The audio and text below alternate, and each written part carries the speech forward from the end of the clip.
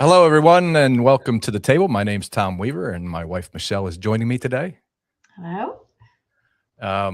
So we want to welcome you to a little bit of a different platform today than what we typically do. We usually do these on Friday. We usually do a live stream with special guests coming in and sharing. But today, as many of you know, is Intimate Partner Betrayal Awareness Day. So in honor of that, we want to honor those survivors on this day, since it's a special day. And today, Michelle is going to be joining us, and we're going to have some other special guests that are going to be joining us, and just kind of having an open dialogue on what this day means to so many. How can we bring more awareness to it? Why is it so important to bring so much more awareness to it, and what we need to do that? So we have about 4 or 5 guests that are going to be coming in, brief segments, 15-minute, 20-minute segments. They're going to jump in. We're going to share a little bit. They're going to share a little bit, and then we're going to go on to the next one. So it's an opportunity for those to share. If we have time, maybe we'll be able to take some phone calls. That might or might not happen. I don't know. We'll see. But yeah, so like I said, each segment's going to take about 15 minutes, 20 minutes. We're going to have 2 that are going to coming in as a couple here in about 12:30 in about 30 minutes. So we're going to get with them here in a minute. If you wish to leave any comments in the comment section, or questions in there, you can put them in there, and we'll certainly get to them as we can. If you have any contact or comments for the guests, we can certainly put those out there as well. But we look forward to having these special people taking some time out of their day to honor survivors of intimate partner betrayal. So first and foremost, I want to honor my amazing and lovely wife, who is a survivor at the hands of somebody that betrayed her, who swore to love, honor, cherish, and protect her, forsake all others, and didn't. So we walk this journey, we get this journey, and here we are, fortunate enough to be able to walk this journey together and helping other couples. So definitely want to honor you, my dear, in this special day.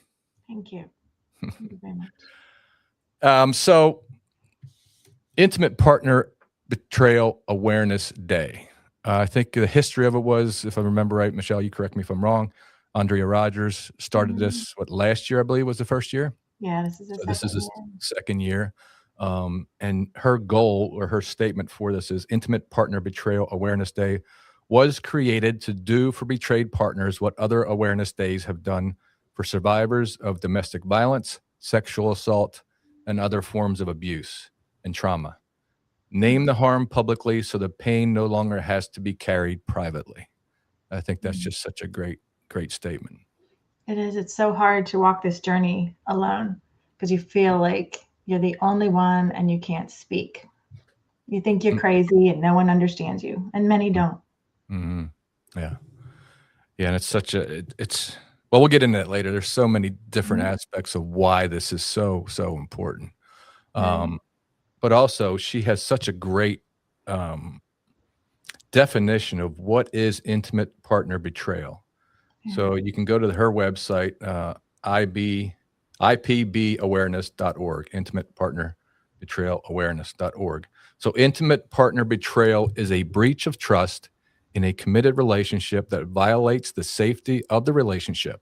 It is a form of relational abuse in which one partner repeatedly violates the trust, emotional safety, or mutual agreements, spoken or unspoken, of a committed relationship through deception, secrecy, or disloyalty. This includes, but is not limited to, sexual infidelity, hidden pornography use, emotional deception, non-consensual sex, financial dishonesty, spiritual manipulation, physical sexual neglect due to addiction, and repeated breaches of trust that result in significant emotional and physiological harm to the betrayed partner.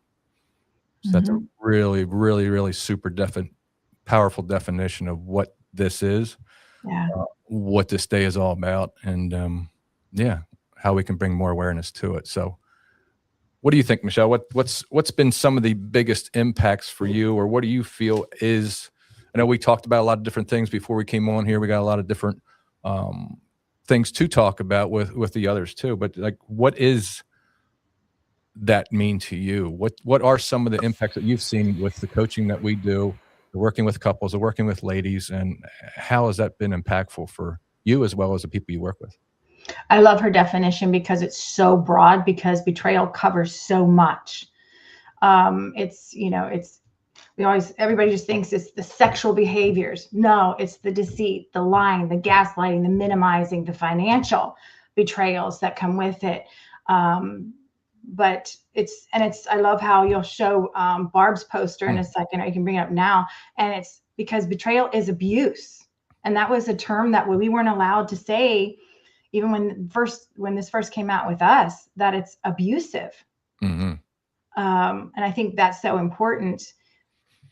And the other thing is, it's like Omar Manwala says, it's with the secret sexual basement, it's like you have the integrity abuse, and the emotional abuse. And I don't think enough weight is put on that. It's always the sexual part of it.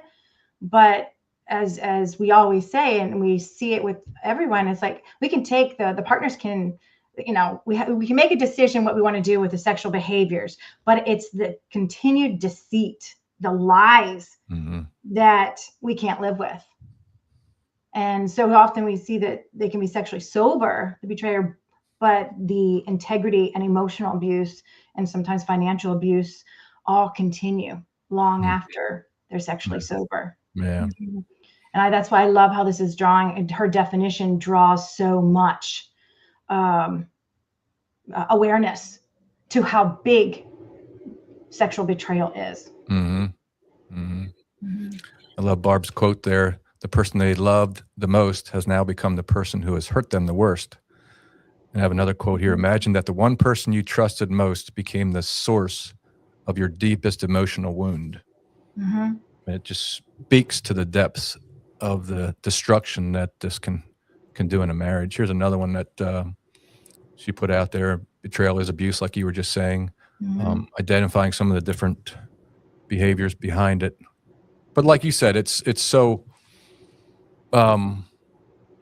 sobriety is the low bar, and we talk about that a lot. Sobriety is the bottom, and working through the emotional connection and staying out of the abusive cycle that shame takes a lot of guys into this, or whoever the betrayer may be. But shame takes a lot of people in there, and shame can keep us stuck there, and shame can keep us believing the lie that the enemy wants us to believe, that we are not worthy, and therefore we stay in that abusive state and get angry and just continue to do that. But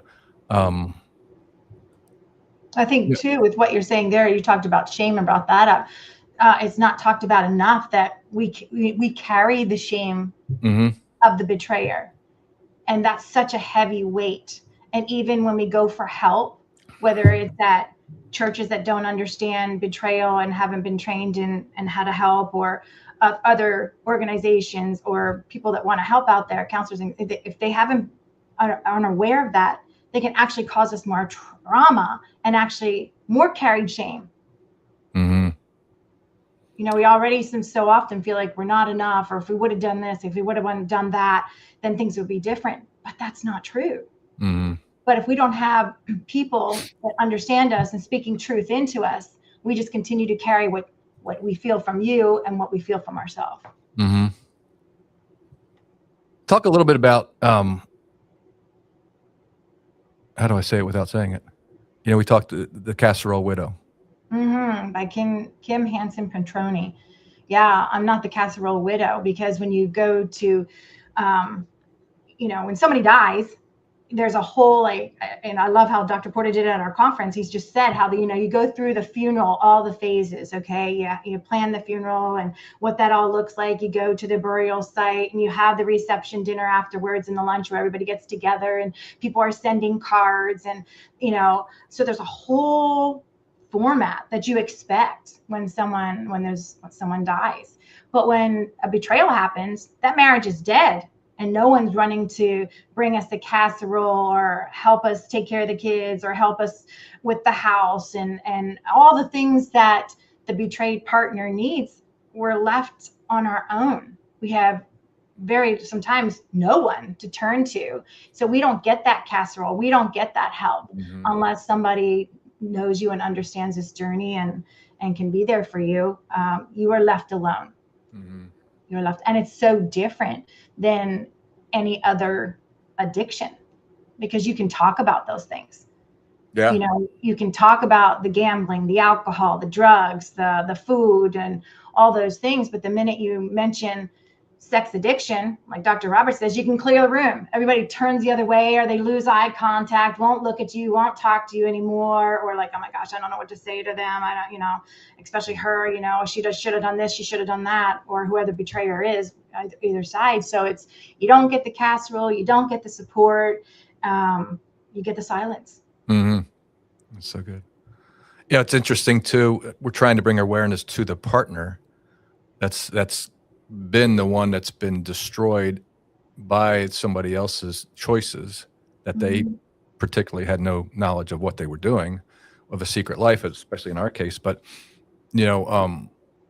with the Barna report that came out not too long ago, and I don't know if it was specifically said in there or not, but it used to be 7% of churches had a resource for people struggling with sexual addiction or brokenness or compulsive sexual behavior. And did they ever say or take a survey on how many churches, if they have that, do they have a resource for the betrayed partner? And I don't think it said that in there. So if 10% have something for the betrayer, where is the betrayed spouse left usually? Right. Yeah, I don't know. That's a really good question.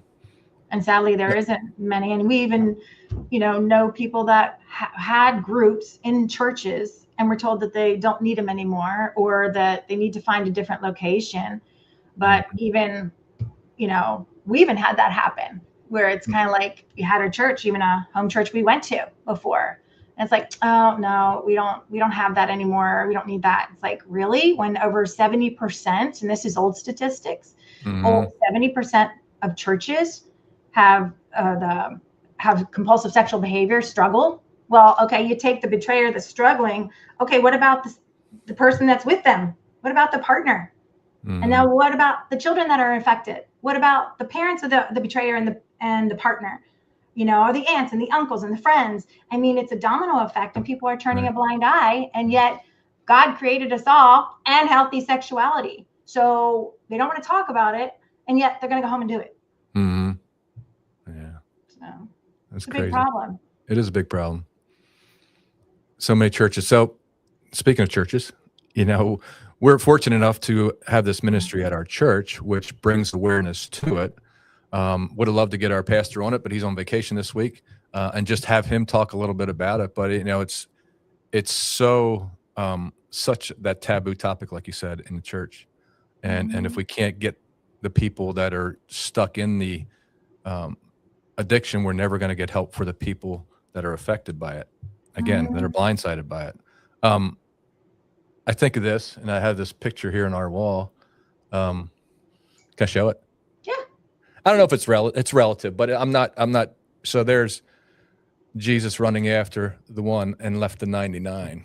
I'm not saying anything different about this, other than if you think about that, he left the 99 for the one who strayed away.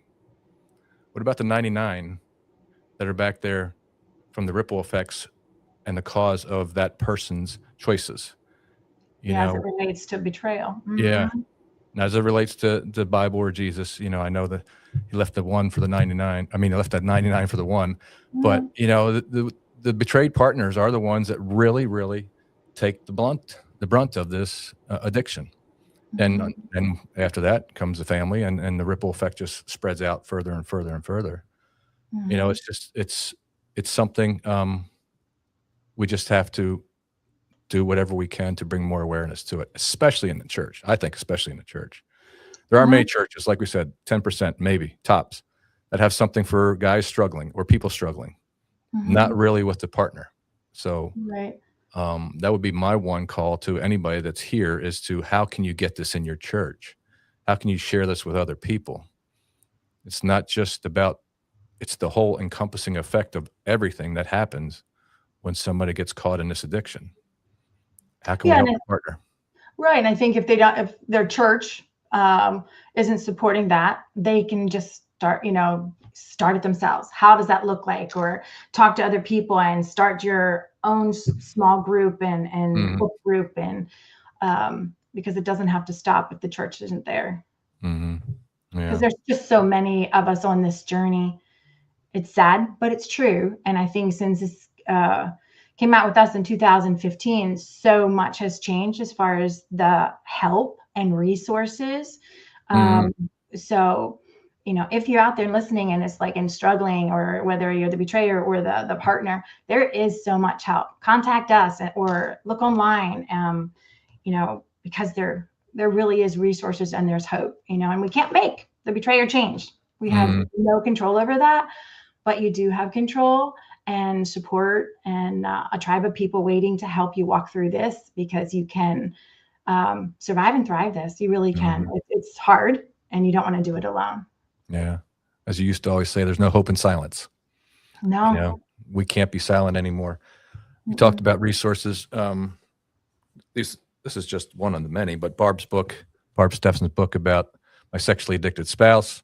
We're reading this in a guys group, in an empathy group that we're doing right now. Really, really good book to open the betrayer's eyes into seeing what some of the stories are besides just their own spouse's story, but what are some of the other stories that they can hear and experience and kind of relate to and empathize with. And one of them in there was how, you can maybe say more about it, but how a lady, I think she was fighting cancer, and she fought so hard to heal from cancer, so she could be around for her, I believe it was her son's high school graduations. And then she found out the devastating news of her husband's betrayal. And, it almost gave up. She almost gave up that will and that desire to live, because that just destroyed her even more. Finding that out as well. So going through this is just such a painful experience. Yeah, it was such a horrible diagnosis. And then we've also heard when, sometimes family members even pass away, and it's harder when betrayal happens. There again, because it's coming back to the person who is actually causing the harm is supposed to be your safe person. The person you run to is the person running you over with a Mack truck. And it doesn't stop until they stop, so it's like you don't have that person to run to anymore. Somebody shared with me yesterday, I didn't even tell you this yet, but in our one video, you use this illustration a lot about you use the dump truck and dumping the truckload of boulders on her when she finds out. And he was explaining how he felt that he was doing that to his wife as they start preparing for disclosure. But, yeah. Another resource, a good resource too, is Dr. Crystal's book, Betrayal, Trauma, Anger. You're angry and you should be, and you're not crazy. So there are good resources out there, definitely. And just empower people to find hope and healing through this. Like right.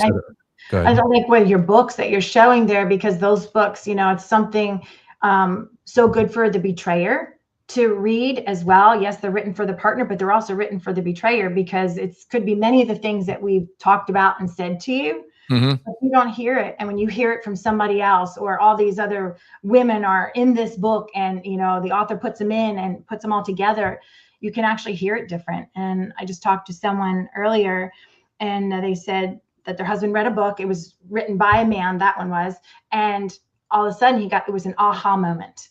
And it's like he needed to hear it. It was everything she said over and over and over, but he never heard her.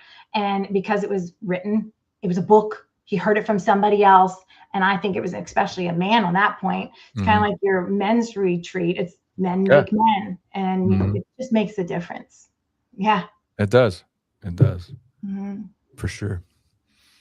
Somebody put in the chat, so many layers to peel back and work on one at a time. Grateful for the qualified professionals and help in this realm of healing. What are some of your trainings or professional organizations that are very helpful and instrumental in training people to help women walk through this? Oh, the American Association of Sex Addiction Trauma Therapists, the APSATs, the IRCM. We have disclosure. Completely being a disclosure guide and trained, so we know exactly how to help it. My goodness, the help her heal. Oh, what am I missing? The PSAP, yeah. Yeah. Yeah. So many more and more. There used to be the stigma out there that a lot of organizations or training authorities did not or were not partner sensitive. And I know Barb has done a lot of work in that, and APSATs, developed from that. APSATs is doing a lot of tremendous work in, getting partner sensitive people trained to help others walk in this journey, because so many people have been hurt by the church and by professionals. It's not an easy walk. It's not an easy, somebody just said in the chat too, like Pure Desire Ministries, Pure Desire is doing a lot of great stuff.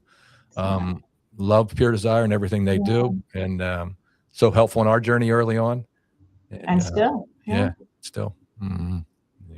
Yeah, they have great podcasts. If nobody ever, if you're not familiar with Pure Desire Ministries podcast every Tuesday, it's out there and it's a new one. Check them out. So many good ones. Thanks for posting that, Lori. And APSATs has their own radio. I think is Jake Porter still I think he's still the host for that. So Betrayal Radio, I believe it's called. But there's so many reasons. Like Michelle said, 2015, which is 11 in less than 2 weeks. It'll be 11 years since our story came out. My story came out. And back then we had nothing. We barely had something for me. We didn't have anything. We had nowhere to go. We didn't know where to go. I'm sure something, we know something was out there, but we couldn't know. Yeah, we couldn't find it. And it's so hard to find good resources. And when started going through this, and there was very little for you, going through this early on. And, we found different resources. Pure Desire was one of them, and the Conquer series, and going through the 7 pillars and all that. And then you get into Betrayal and Beyond, which is a great, great resource. But as just in those last 10, 11 years, it has changed so much. There's so many different resources out there now. But, that's another purpose of this day, is to get those resources out there. A lot of the people that are coming on here in a couple minutes, Mark and Beth Denison are our first guests that are coming on here shortly. And they have their own ministry down in Florida, doing great work down there.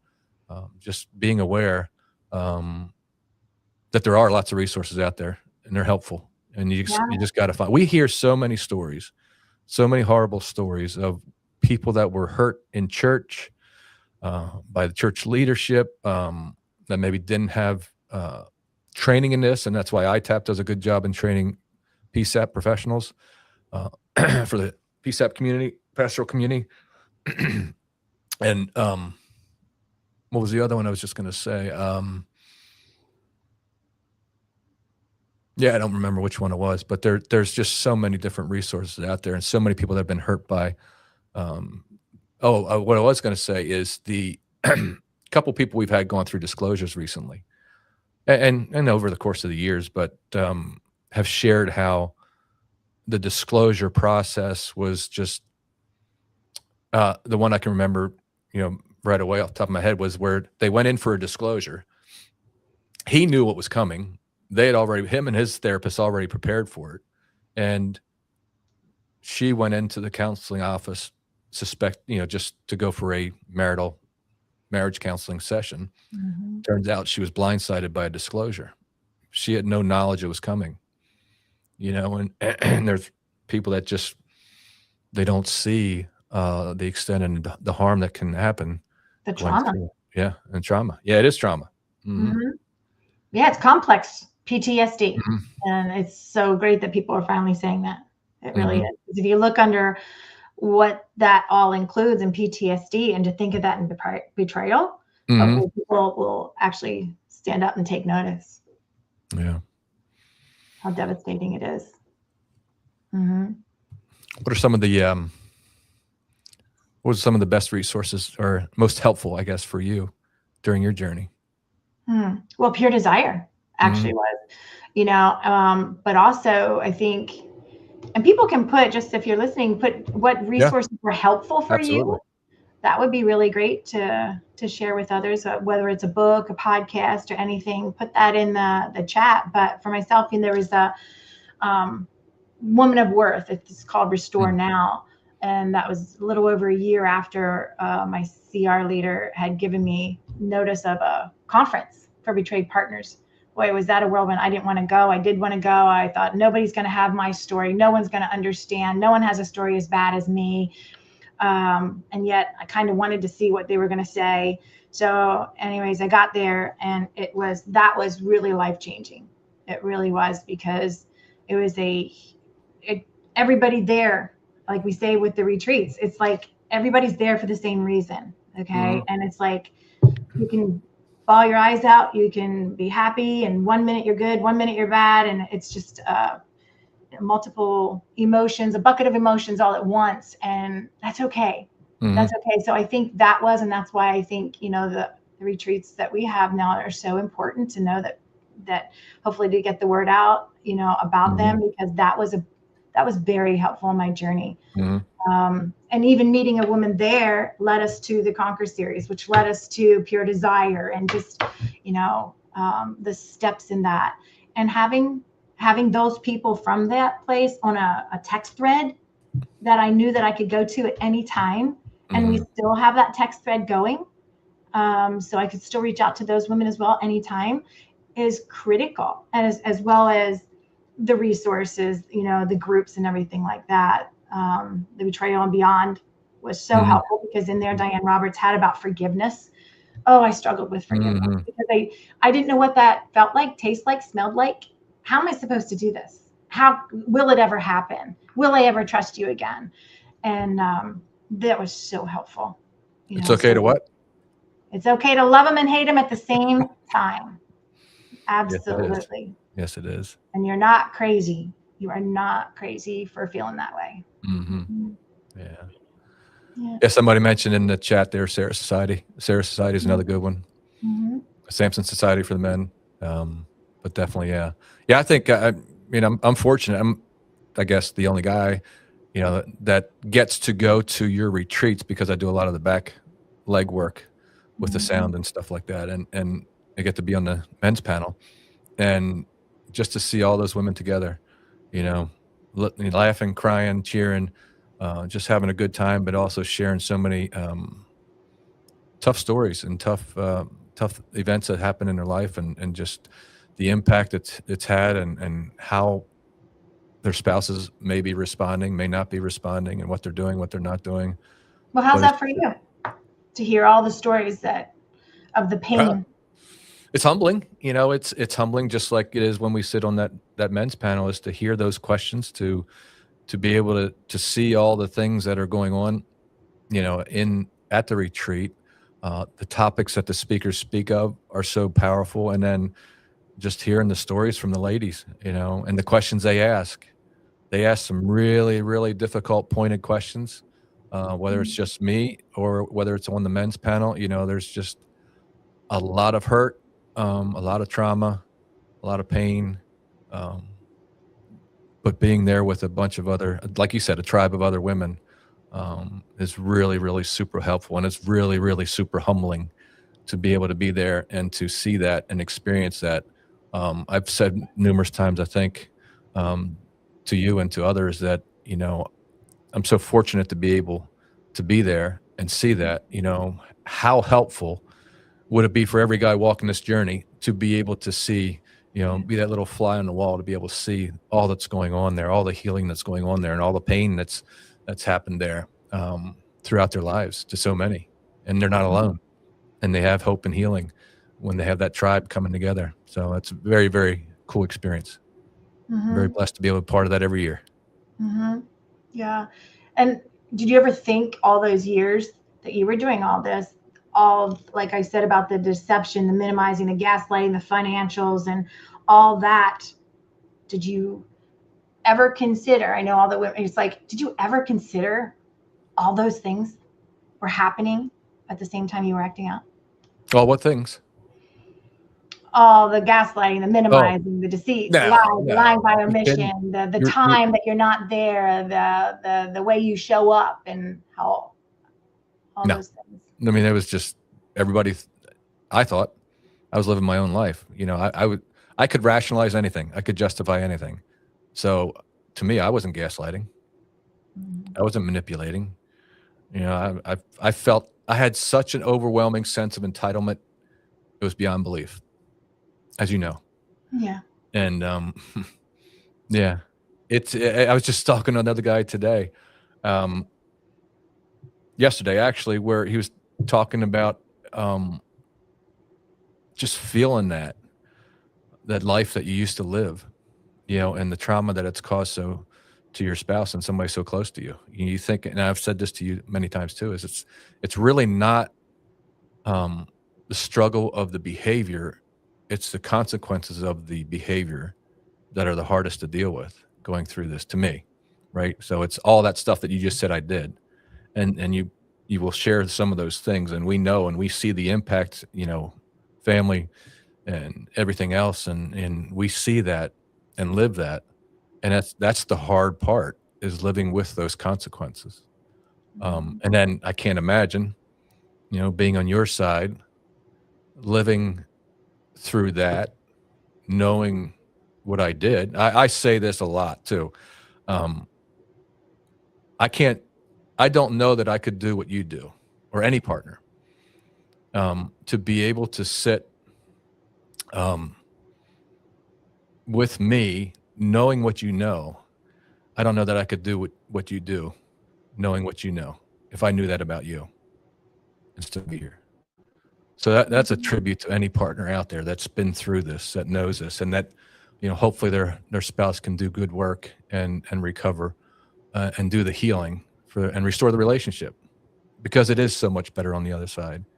But that's the whole point of days like today, to bring more awareness to it, so there is better options, better awareness. You can speak the language. You can get hope out there to people that need it. Mm-hmm. Yeah. We're supposed to have Mark and Beth Denison coming on soon, so let me take a quick second and see where they're at.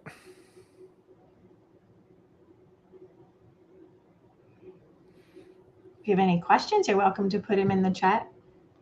And if we can't get to them here, we will definitely try to get in touch with you, respond.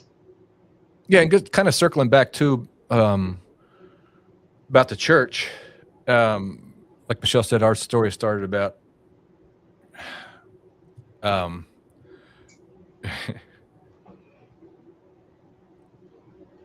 Oh, here they come. oh, there they are. Okay. Our story started, you know, we had just moved to Maryland. We weren't involved in a church at that point, but it all evolved around this church where now we work for. And with Faith Bible Church, they didn't have a lot of program or experience. Well, I can't speak for their experience, but you know, when we came, it was like a shock, I think, to both our friends at CR and some other things, but it was just a blessing to be able to come and get connected to a church, and we haven't left since, you know, because they opened their arms to us and helped us walk this journey, even though maybe they didn't have, you know, the partner sensitive training or any kind of addiction, sexual addiction training, but they were there for us and walked with us. And now we get the opportunity to serve them and serve people through the church. And they provide such a great resource to so many. So with that said, now we can bring in Mark and Beth Denison from Sarasota, Florida, from their Still Hope Ministry, and good friends of ours. And we welcome them into the show and move you around up there so I can see you up there. So, hey, Mark. Hey, Beth. How are you guys doing? We're great. How are you? Excellent. Good. Good to see you both. Hello, Tom. Yeah. Yeah. Nice to have you guys in. And I'm so thankful you could take some time out of your day. And on this day, I guess share a little bit about you guys and what you do and what this day kind of means to both of you. Yeah. You say you want us to share that? Yes, please. I'm sorry. I thought you said you already did. Okay. Yeah, I was pretty nervous if you were doing that. Beth, go ahead. Well, we're Mark and Beth Denison, and we have been walking our own road of recovery since about, I guess, 2013. Mark was a pastor for 31 years and living in addiction the entire time. And when all of that came out, we got into recovery. I will say for my piece of it, there was not a lot or as much out at that time for betrayed wives. And so I walked a lot of that alone, which was very difficult, and did that in isolation. Saw a therapist, and did find a support group, which was just an S&On group. But it was the only connection I had to support at that time.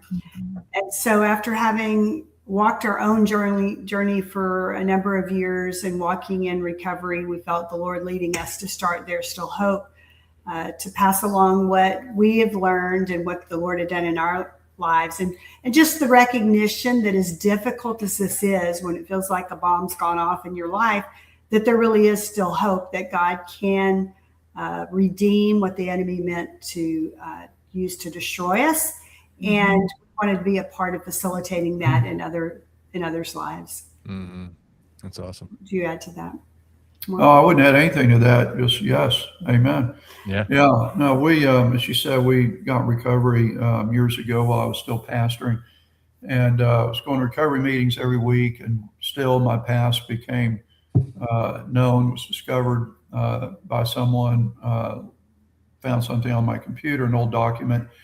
And so we moved to Florida from Texas to be near our son, and we still live 15 minutes from him, which has been great. And with There's Still Hope, we, as Tom and Michelle know well, we do a lot of groups for guys. We use materials that we've written. Beth works with women. I work with guys. We do some couples work as well. And knowing that the trauma piece of it that we're talking about today is such a huge part, they're so often neglected and missed. And most people in the space that I'm in are not as fortunate as Tom and I are to have our wives working by our side and helping women going through this. So they have to just send them out to someone else, because it feels like this industry is still way behind in terms of ministering to the wounded spouse. Right. And that's such a huge need, because for every guy, there's a trail of debris behind him in the form of trauma. And so really, I'm really blessed and grateful that we do this as a team. Yeah. Yeah, that's great. That's one thing that we feel the same way, because we didn't do that for so long, and that was something Michelle always wanted. And now, full circle, and it comes to be able to work through this and with this, working with other couples. So that's so cool. So glad you guys are doing that as well. I didn't know we were so close in timeline. That's pretty good. You're 2013, we're 2015. I think we met in Colorado Springs in 2019, right? Yeah.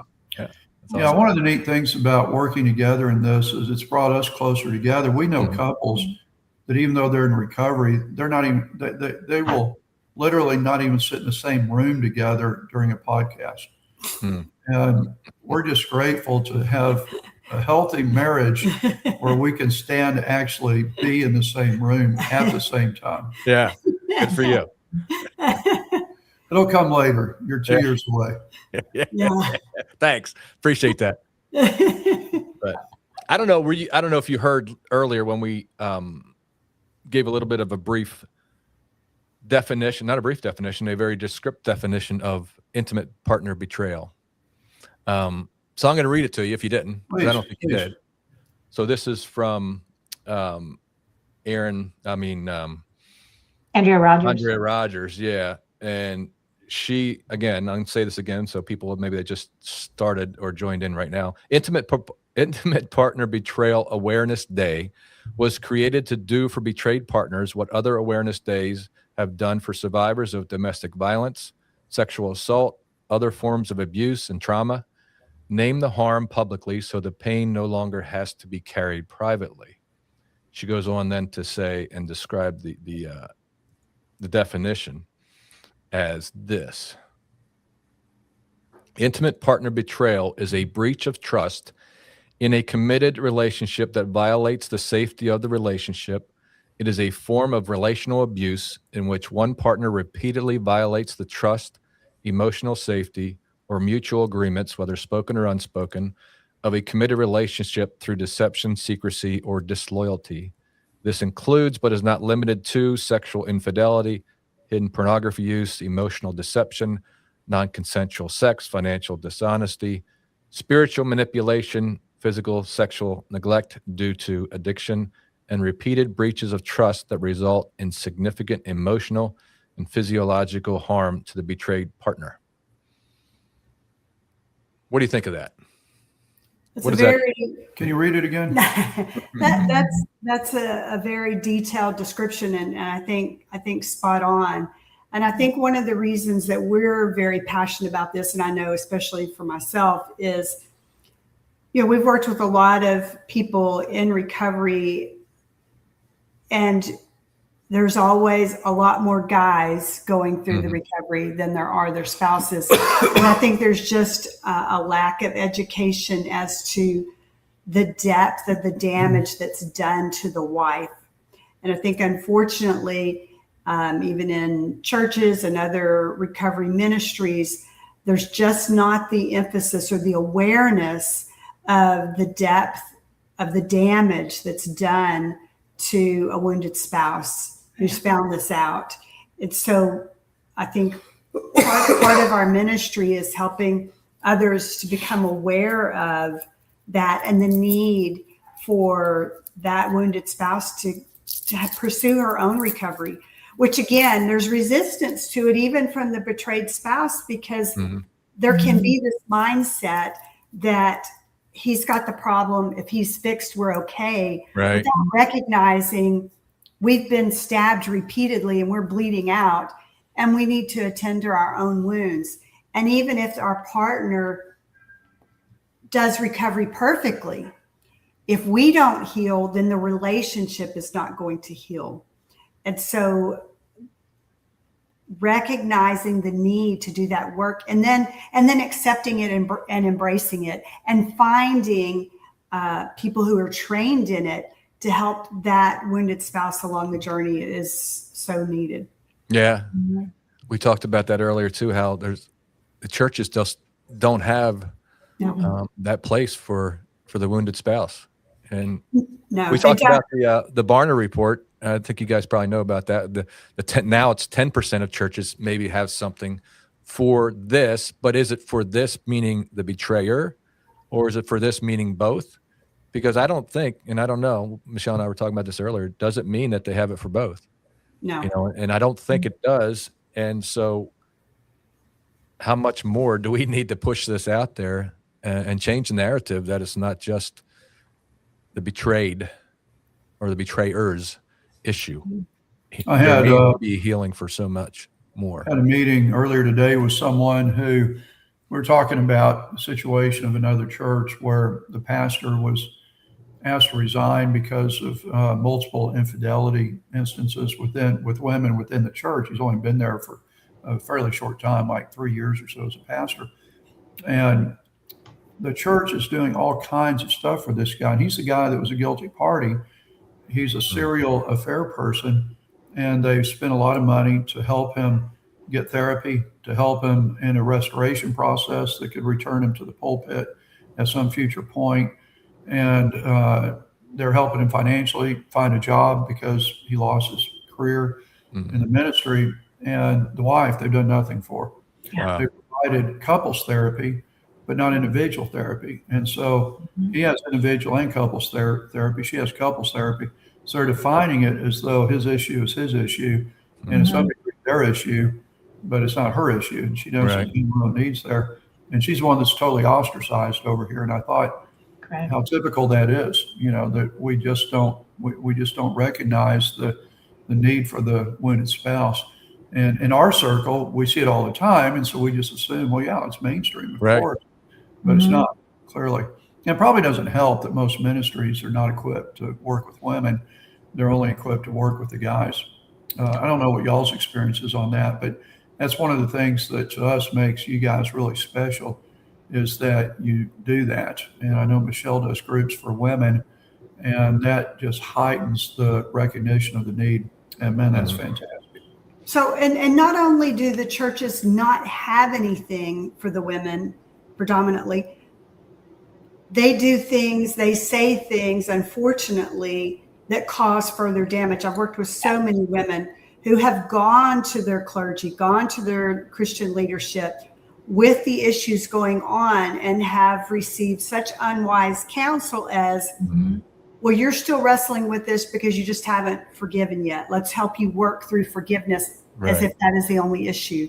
And that just brings so much more damage on. Is forgiveness a part? Absolutely, but it's down the road, and there's so much internal damage to the nervous system.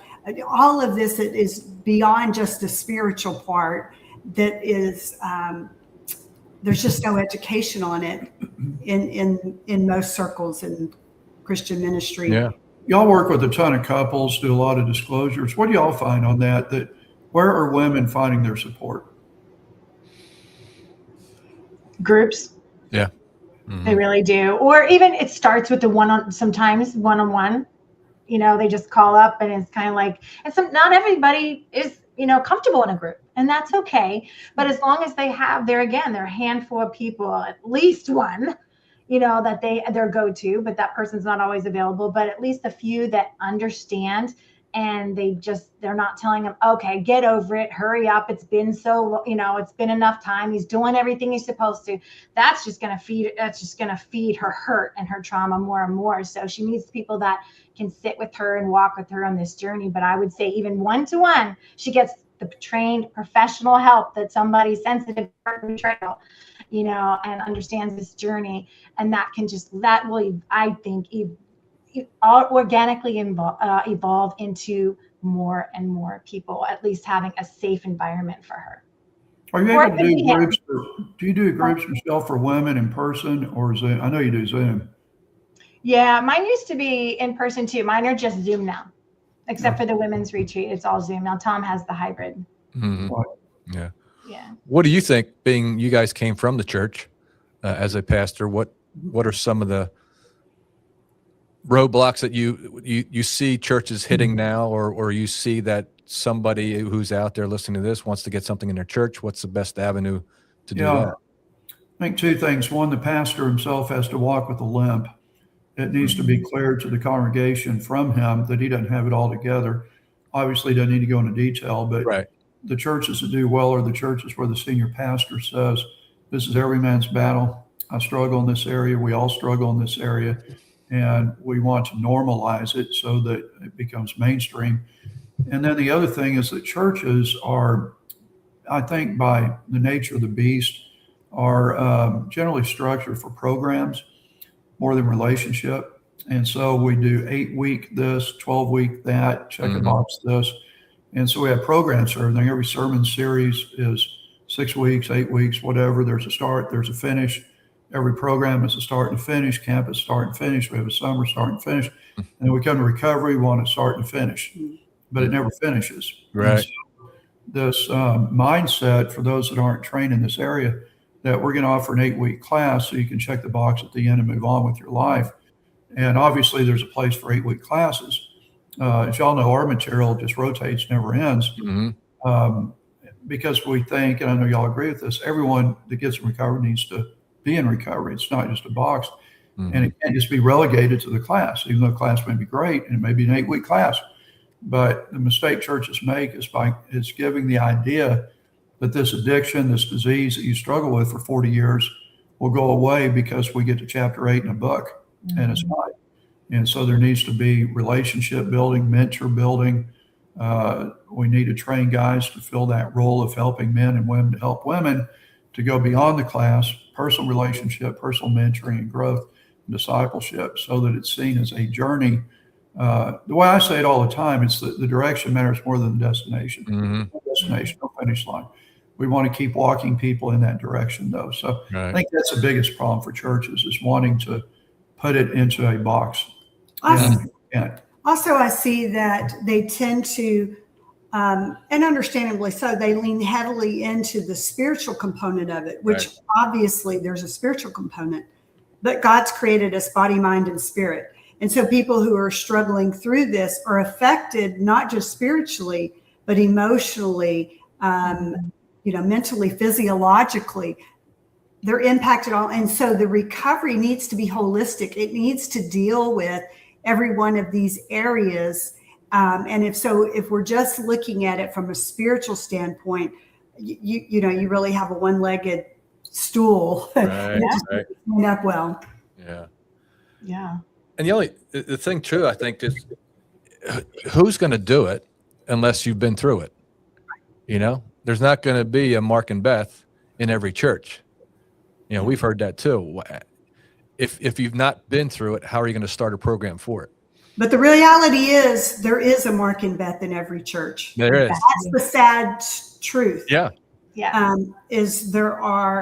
You would be hard pressed to find, because it's but not a Mark and Beth or Tom and Michelle that are trained to work with right. people. Exactly. Right. But if we could normalize, this struggle, instead of it being so taboo and relegated into the dark corner, because it is very common.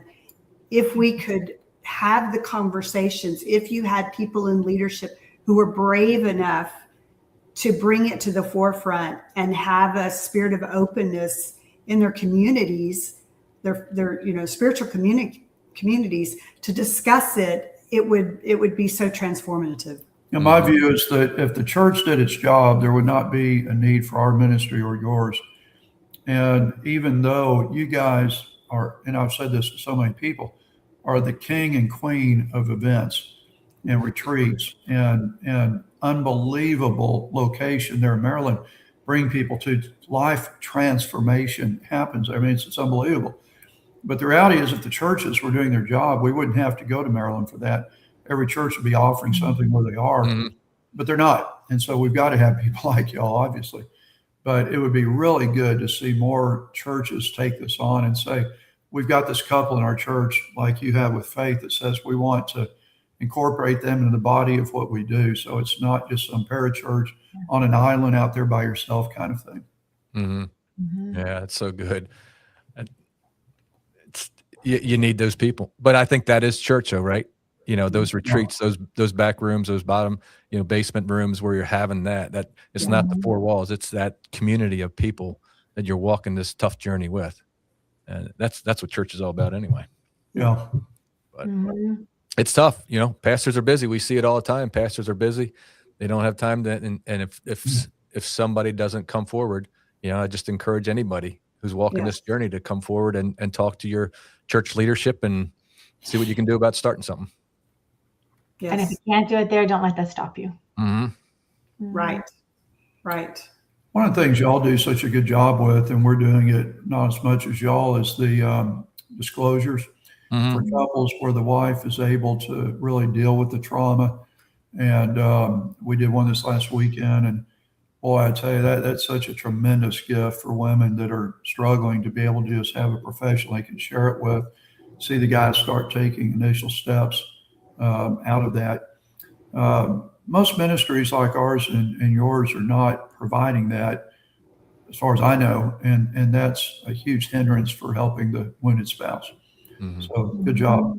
Even in the betrayal space, in the helping world, they're getting to be more CSATs, but they're not necessarily, from our experience, dealing with the trauma piece for the spouse. And then again, you get guys in recovery who are not getting that training and understanding of what their spouse is going through. And because their journeys in recovery aren't parallel, there's a lag time typically for the wounded spouse as she's healing. And it's very easy for the guy to get frustrated. Right. And I don't think, unfortunately, that a lot of CSATs are trained in the trauma aspect enough of it to help them sufficiently to navigate that. And if they are, there's two extremes. One is where they have great training, but they haven't lived it themselves, or they've lived it themselves, but they don't have great training.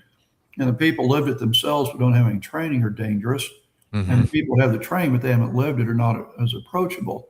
And I think of when I was pastoring the Houston area, my last church, I was a chaplain for the Houston Rockets basketball team. And I did most of their games, loved it, enjoyed it, miss it every day. However, there was only so far I could go as their chaplain when, skinny white dude walks in to do chapel, whose greatest physical sports accomplishment was miniature golf when I was 15. I immediately have that credibility thing working against me, the street cred, as they say. Mm-hmm. Whereas we had another chaplain who was a 6'4" guy that looked the part, played the part, knew how to talk, and they connected with him. He didn't have my theological background, but the point guard for the Rockets really wasn't asking about our seminary papers. They wanted someone who had kind of lived that life a little bit. And recovery the same way. When you've got a couple who not only has training, but has lived it, that can talk to these clients and they can see that you personally have come through this, that is gold. And boy, that is hard to find. Yeah. How do you, so you said it's hard to find. You don't see many couples working together through this. No. No. And the ones that we do see can't even stand to be in the same room together. You're not looking in the mirror, are you? No, we don't see couples in it, for various reasons. I mean, Yeah. So many times the wife, as y'all know, she's like, that's your thing. I'm going to work on me, but I'm not ready to help other people. I mean, most recovering sex addicts aren't helping recovering addicts. Why would most women in trauma help women in trauma? And the women who do and the men who do are not usually together. Yeah. And so when they are, then that's just fantastic. Yeah. Yeah. Mm-hmm. So what role do you think professionals can play in turning this awareness into meaningful action for support of betrayed partners? When you say professionals, you mean? I'm looking at you. Yeah. Beth, what do you think? What role can we play? Well, I think it's the awareness piece of when we have opportunity to work with others in ministry leadership, church leadership, doing what we can to educate and equip them, and at least, if nothing else, being a resource for them until they have other things in place. And that's what we've tried to do, just make as many connections as we can with different churches and ministries to let them know, here's a big issue. Maybe you're not aware of how big this issue is, but here's some resources. So when you do, which you will, have people come across your path who are struggling in this area, please do not just wing it. Please get them professional resources and professional help. That's what I was going to say. We have tried to really tie things to the local church. Yeah. And so we have probably 5 churches that we're very, very connected with the ministry. Some that support us financially, some that just send us clients all the time. And that's a good thing. We're not very good church members because in our own church, which is not a large church here in Florida, we're active, we serve, but I'm also gone a lot because I like to visit other churches, stay connected to other pastors so that the ministry has a connection there. Want to be as tied to local church as we can be. And that's hard to do when there's just 2 of you. Yeah. That's what I love about the model that y'all have of it actually being under an umbrella of a church, which is ideally the way it should work in my view. Right. But yeah, that's from a professional standpoint. I think just staying connected to the body of Christ is huge, and to be that resource. But they're not going to send people to us if they don't know us. If they just know about us, that's not the same thing. And then when they know us, they prefer someone like us or someone like y'all, where they actually have a relationship instead of, well, I've heard of this huge organization. They don't really know the people, but in this case, they actually know us. Are most of your clients local like that? They come from the church the way it sounds? No? They come from other churches? They come from churches, but not local. Yeah. I would say more from churches around the country, or I think we get people from 3 places. One is local, because we've been here for 11.5 years now. Another is from church connections that we have back in Texas mostly. And the other would be just referral, having done it for a little while now. And as we've helped a certain number of people through my 90-day recovery program or my group or best groups, then they start learning how incredible we are, and that we're probably the best in this industry Absolutely. out there. At least second best. Yeah, really second best. I'll take that. Yeah. But, reputation and, frankly, a lot of it is people like y'all. I mean, the connection with you guys has been phenomenal. I mean, Tom, as you know, I've got people in my groups that are because of you and people I met there and people that live here that up there. And so having that kind of collaboration is really good. But a lot of church referrals, though, from back home as well as here. Yeah. And also with his past experience in ministry and pastoring, we work with a lot of people in ministry because there is an element there where people don't feel safe. There is so much at stake there, and they don't feel like they can be open with just anybody. It doesn't feel safe. So to have people who understand that and can create safe space for people in ministry walking through this, we get a lot of people that come through that. Now, if I was 20 years younger, I'd probably be thinking in terms of how to build a better connection, a program, a way to do it, to connect ministry like this to the local church. But as Beth said, I've still got a lot of contacts from being a senior pastor. And when we go back home, we will usually visit several churches, several pastors. And I've got about 25 pastors in my groups that I do just for pastors. Now, none of them ever invite me to their church because they don't want to advertise to the church that they know a guy like me. But there's still good connections, and it's a great way to help people, them and people in their churches. Yeah. Do you tend? Well, I think you just kind of said this, but tend to see churches can be a little territorial. No, I think they're very territorial. Yeah, totally. I mean, I was as a pastor, and I think so. We've even had churches that we felt that are in, I won't say where, but big cities across the country who have made it pretty clear they don't want us working with any other churches in their town. Working, meaning just to help them get a group started. And I said, we've got our materials, they're in your bookstore, or this bookstore, this church is using it. We've got a lot of churches around the country using our stuff. But when I say, hey, we're going to be in town, there's a church wanting to start a program using our stuff, then we get kind of the thumbs down. It's, pick, which is it? I'm thinking, they're using the same Bible as you. And that is, we'll write a different translation if we need to. But the territorial thing, which is kind of funny because most churches aren't doing anything on this anyway. Right. Yeah, exactly. They just don't want anyone else to, I guess. And the sad thing about it is the issue is so huge. It's so enormous. Yeah. And there's not enough of us to deal with it. It's there's no competition among ministries because there's more than we can deal with. We need to clone ourselves exponentially to deal with the problem. It's so enormous. I didn't like the new study you referenced by Barna because I had just finished memorizing all the old data points.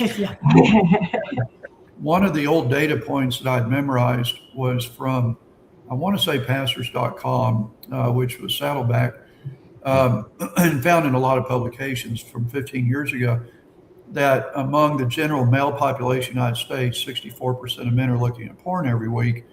Among men in the evangelical church world, 62% are looking at porn every week, meaning it's virtually the same number. And so knowing that that's the deal, feeling such an enormous burden to reach those people the church is not reaching. In my personal 12-step group that I go to, that's an essay group, it's not a Christ-centered group at all. The majority of those guys are Christ followers. I know that from talking to them, and the really good Christian guys. Well, why are they there? I mean, why aren't they in a Christian deal? Or it seems odd to me because it's not a Christian group. And the only answer I can come up with is because their churches aren't giving them any other alternative. Christians tend to be more passionate about recovery than lost people because lost people don't necessarily even see this as a problem. Right. Within the Christian community, we at least recognize that we shouldn't be doing it.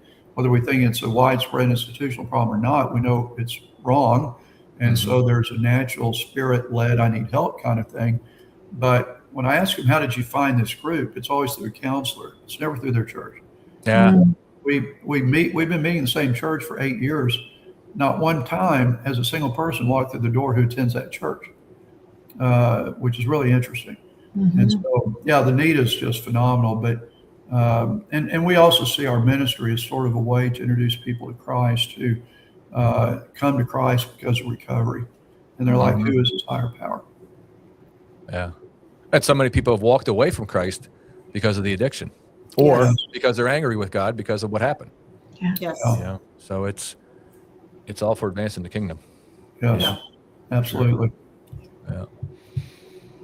Any other thoughts on how we can make this get this more out there? I mean, you know, we talk about territorial stuff, and churches can be that way. I think recovery professionals maybe can be that way sometimes. But how it's like somebody that we both knew said one time, it's not either or, it's and both. I mean, collectively, I know we talked about this before, but collectively trying to put together something that brings more. And I know I forget the name of the conference they just had down in Tennessee. That was with a bunch of professionals. What was that? That Barb Steffens did, and I forget the name of it. yeah, but it was a good, powerful conference from what I heard. We weren't there, but different things like that. You know, Pure Desire puts on their summit every September, October. You know, our retreats, our conference in March. You know, I guess you got to start a conference or something, but something that, you know, is bringing more awareness to it. Yeah. Yeah, I'm thinking if there's a way to bring it to the church again, whatever that might look like. And an example of how this might work is there was a guy in a church in Canada who found us. I don't remember how, it's been 3 or 4 years ago. And he's been in one of my groups ever since then. And after a couple of years, there was another guy in the church he got to talking to. So he joined one of the groups also. And then those two guys approached their pastor and said, what would you think about having this guy come up and do a weekend event for men? And it's a church that averages about 700 on Sundays. And so they flew me up last March. It's a church kind of near Winnipeg. And they had 70 guys come. So 10% of the church population was at this men's conference, Friday night, Saturday morning, Saturday evening. And then I preached on Sunday morning in both services. And I'm going back again next March. And now out of that, they have started 5 groups in their church. And they all meet at the same barn owned by one of these two guys. And they meet out there in this heated barn Monday, Tuesday, Wednesday, Thursday, Friday, 5 different groups. They have as many as 15 guys in these groups. So they've had as many as 75 guys coming, not just from that church, but they advertised it to that entire area. So those 70 men, probably 40 were from the church. The other 30 were from a dozen other churches. And now it's become a big thing for them. And my point being, if we can find ways through our contacts of men and women that are in our groups that happen to be in a certain area where we have 5 or 6 of them in Kansas City or St. Louis or Dallas, and we talk to them and say, can we put something together on a weekend at your church? Because we already have that intro to it, as opposed to a conference for people that I'm pretty sure, you know, the ones we've been to, the sales conferences, if it's in Atlanta or San Antonio or whatever, doesn't matter how good it is, you can have all the best speakers in the world, but no one's showing up at those except people like us that are flying in from somewhere else. It's not connecting with the churches or the people that live there in Tennessee or in San Antonio. It might as well have been done virtually in terms of reaching that area. And so finding a way to connect with people on the ground that are actually in the local churches that would then start something as a result of that. And I don't know how to do that exactly, other than what I've just said, of finding those resources, those people, and saying, can you help us do something where you are? We did the same thing in New Jersey. There was a Korean American church in New Jersey, where we had one guy in a group. And next thing you know, we did a conference there 2 years in a row, and the church runs 900 attendants. And they started groups as a result of that because of a guy in the church that introduced me to the pastor. And then it started from there. Yeah. So that may be the ticket, but boy, that involves a lot of work and a lot of manpower. Yeah. But it's probably worth it. Yeah. Hey, Tom, I'm going to have to slip out. I have another appointment. Yes. But thank you so much Absolutely. for having us and Thank you guys. increase in awareness. It's such Thank you guys so much for Oh, joining us. So good to see you. Yeah. Our privilege. Thanks for doing this. All Really right. cool. Take care, I'll guys. be in Part touch of soon. it. All right. Thank you. Take care. Bye-bye. Bye-bye. Bye. All right. So now we got, we appreciate, before we get to the next one, we appreciate Mark and Beth so much, and known them, like we said, since 2019. Just a great story, great couple, doing great things down in Florida, and look forward to him coming up to Maryland this October and talking at our men's retreat. So look forward to having him there. So now, see Matt Wenger is here, and we look forward to having a good conversation with Matt and bring him in here. Hey, Matt, how are you doing from Begin Again Institute? Yeah, I'm doing well. Yeah. Thanks for Good to having see me. you again. Yeah. So tell us your thoughts. Do you know, have you heard the definition of intimate partner betrayal? I do. I know what betrayal trauma is. I'm not sure the exact definition that's being used today. Yeah, for today, for that they're using for Intimate Partner Betrayal Awareness Day, is intimate partner betrayal is a breach of trust in a committed relationship that violates the safety of the relationship. It's a form of relational abuse in which one partner repeatedly violates the trust, emotional safety, or mutual agreements, spoken or unspoken, of a committed relationship through deception, secrecy, or disloyalty. This includes, but is not limited to, sexual infidelity, hidden pornography use, emotional deception, non-consensual sex, financial dishonesty, spiritual manipulation, physical, sexual neglect due to addiction, and repeated breaches of trust that result in significant emotional and physiological harm to the betrayed partner. So that's Andrea Rogers' definition that they have on the website. I think it's pretty descriptive definition of what we're trying to bring more awareness to today. So I guess just maybe share a little bit of what this day or working with or being in this profession of helping people walk this journey means to you, or how we could even bring more awareness to this particular day. Well, I think what healing has come to mean to me is not just getting sober, not just taking ownership of the things that were done to hurt this person, not just bringing truth and honesty to a relationship as foundational, but really recovery brings this extra element that I don't think is talked about very much, that is actually more aligned with what it means to be a whole and healthy human. Mm-hmm. Like recovery brings us into this journey of becoming human, taking that deep look at the self, thinking of the harm and the baggage and the trauma that we're carrying around, and doing something about it in ways that move us towards what it actually means to be a human being. And the more I'm around recovering individuals, the more I'm around recovering couples, that's what I see is, wow, this isn't just a way to stop a bad thing. This is actually a way to becoming more human, more fully human, and who God's created us to be, like generally. Yeah.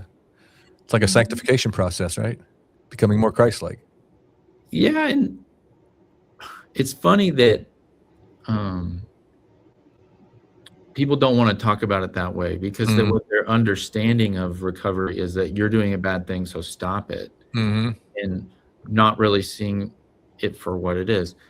Most people in their lives will never face the truth of themselves, their negative beliefs, the choices that they've made, the secrets that they're carrying, the shame that they're dragging around behind them. Most people in their life will never address any of those things, and they'll take their secrets with them to the grave. And what recovery offers is a completely different way of living your life in transparency and truthfulness and emotional and mental health that most people have just kind of made a truce with, and that they're just not going to deal with that. And when we don't look at it that way, I think we're really missing on the opportunity of what's the pain of recovery and betrayal, like the pain of, sexual harm and all of those things. Like there has to be, like, what if there is a meaning in that? What if there is a purpose in that? That this is what God is using in my life to bring about hope and healing and change in my life, right? Yeah. And instead, we're very committed to, a lot of folks are very committed to hating every part of this process. And from the betrayed side, like absolutely, I totally get why you would hate this process. But I'm sure you guys too have sat in with folks and heard them say this very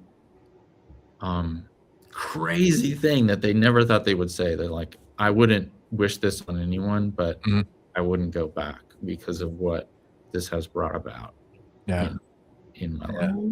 Yeah, it restores a marriage that was, I think somebody said they don't want to recover and go back to where they were. You want to recover and become something new and become something new within a relationship. When we did we never renewed our vows. We called it a providential ceremony because we didn't want to renew something that didn't work in the first place. So I think that mindset of this is going to change your life, it really stinks. And we never signed up for this, especially, as we're talking today with the betrayed spouses, never signed up for this. But in the end, I think Michelle would say, I don't know, I don't want to speak for you, but I think you would say we are better from it, walking through it, than we were prior to it. Yeah. Because there's healing from it, and you become a different version of yourself, which in turn changes the dynamic of the relationship and who you both are. Well, I think that's really important what you just said, because I think people misunderstand recovery in that way sometimes too, that recovery is how I kind of clean myself up.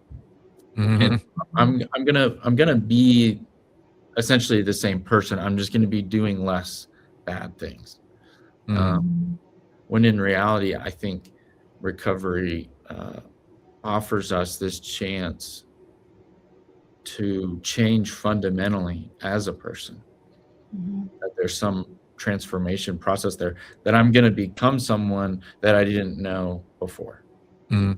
Or maybe a part of myself that I have kept really, really buried. It's going to be allowed to, come to the fore. When people are not like committed to that process, perhaps, then we're going to see a lot of half measures, or I'm going to stay the same person. I'm just going to do this. That's what she wants. That's what my partner wants, is just to stop doing harm. I don't really need to get down and change fundamentally. I just need to stop the behavior. Right. And man, half measures will get us a lot of time and a lot of frustration in the recovering process. And you get guys that'll say, like, what more do you want from me? I've done all these things, but they haven't sat with that part of it that you're describing, of that, this is an opportunity to change as a human. And some folks will say, and I don't disagree with them, that there's this authentic part of themselves that maybe they've moved away from. And that authentic part of themselves was maybe held by this really young kid, and that had to change and had to survive. And so he couldn't hold on to those authentic parts of himself. And I think there's some truth in that. But there's also this other part of it, that something completely new is going to come and arise out of this process as well. And that's terrifying, because I don't know how to be anybody else. All I've ever been is me, so this is completely outside of my ability, which, brings us to, step one. Powerless, for sure. So I know you guys now, I believe, are doing for betrayed partners. You got intensive there for them, and all the good things that you're doing there. What is this day? I mean, how can we bring more awareness to it? How has it impacted you at BAI and what you guys are doing now? Well, I mean, the story of it's pretty funny, I guess, in a way. When we've been doing men's intensives for a long time, and what kept happening is the same kind of story where guys would come back and they'd show up differently, and their partners are like, what happened to you? And they would talk about their experience, and then we would get emails, and they said, when are you going to do, an intensive for betrayed folks? Like, I want to go and do this work. I want to go on this deep dive of myself. I want to go and learn how to regulate through triggers and in all of these things that you're teaching them. So we had this kind of refrain of like folks saying that, hey, I want healing for myself from betrayal. And it's like all the money and all the healing and all the resources goes towards the addict, but the person who's received so much of the harm is not getting that same attention. And so when we finally got everything on the rails, like we can't do betrayal trauma. We're still trying to do what we do best over here with the men. When we finally got everything on the rails and we're saying, hey, like what they're asking for is the same thing that we're offering men in recovery. What if we just do that? What if we just use a trauma-informed, nervous system-based approach to betrayal trauma? Because betrayal trauma is trauma. And we're treating the trauma of these guys from their young life when they were little, and the things that they experienced as young people and how they coped and tried to survive. Well, that story is still kind of present with betrayal trauma too. I have to learn how to deal with this overwhelming sense of powerlessness and grasping for a way to survive or control my circumstances. Like that's what people experiencing betrayal are going through too. And we're using all these tools for these guys. Like what would happen if we used that same approach with betrayal trauma? And like we just went and did it. We just okay. And then people would come and they loved it. They were like, this is amazing. This is life-changing. And all it really was, and there's more nuance to it, obviously, but applying those same strategies that are so effective for men in recovery to betrayal trauma. And I think that's broadly what we have to do as treatment professionals, as people that are caring for folks in this field, is saying, look, trauma is trauma. And what I'm doing over here for this guy in recovery, like this person needs to. And if all I'm doing over here is validating their pain, but I'm never moving into those painful spaces with them as a helper, then this pain may last a whole lot longer for them. Right. And it may last a whole lot longer than, it needs to be validated in that experience, because I'm not moving towards them to heal. I'm just telling them that their experience is valid, which is 100% right, but it's only halfway there. For sure. Yeah. Yes, my experience is valid. Now what? Because everything triggers me and I'm losing sight of who I am in this, and I'm at risk of becoming just, my identity is at risk of becoming a betrayed person, and that's not who I am, right? And so I think that's the thrust that Begin Again is a part of right now, and I think is broadly happening in our field, is saying, okay, how do we treat betrayal trauma without not only validating it and supporting those who have been through it, but how do we treat it? Help folks heal. Yeah. And it's not only, it is a very big part of it. So, but it's not only in the way that the addict learns to respond to it. It's also in like what actual healing can happen for this person. Because, okay, so the addict is more open and holding space for their feelings and validating theirs, and that can bring so much relief and calm that nervous system down.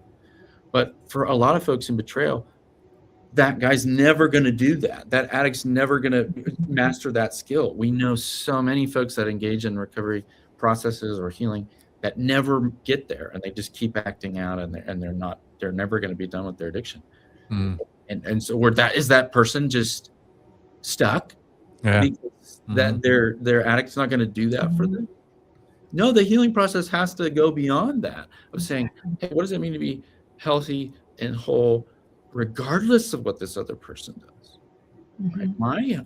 My health and healing cannot be reliant on the response of this person.